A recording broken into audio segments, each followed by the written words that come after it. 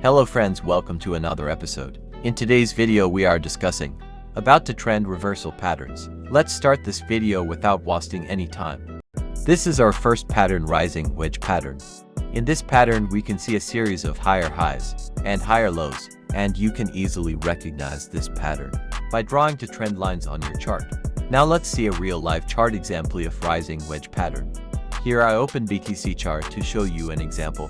Here the market is in an uptrend. Here, I've drawn to trend lines to connect higher highs and higher lows. And after the breakout we can see a bearish move on the chart. Now I'll show you how to set your stop loss, entry, and take profit. The breakout area will be your perfect entry point, and your stop loss will be the middle of the previous resistance and entry point, and your take profit will be that higher low from where the pattern began. So now let's move on to the next pattern. In this pattern we can see series of lower lows and lower highs. When we connect lower lows and lower highs with trend lines, this pattern is formed.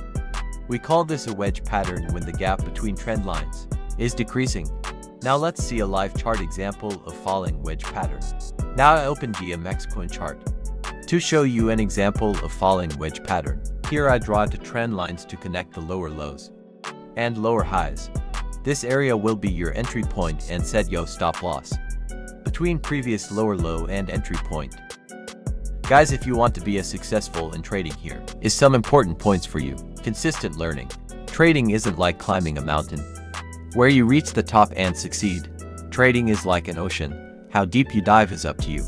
Number 2, risk management. Risk management is the compass guiding success through uncertain market waters. Number 3, record keeping. Keeping good records pave the path to informed decisions and consistent progress. Guys, I hope you enjoyed this video. Please give a thumbs up and subscribe for more content.